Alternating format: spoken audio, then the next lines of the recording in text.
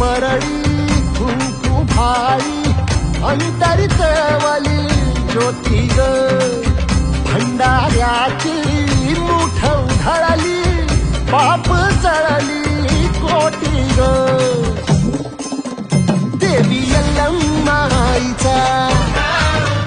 कोल्हापूरच्या अंबाबाईचा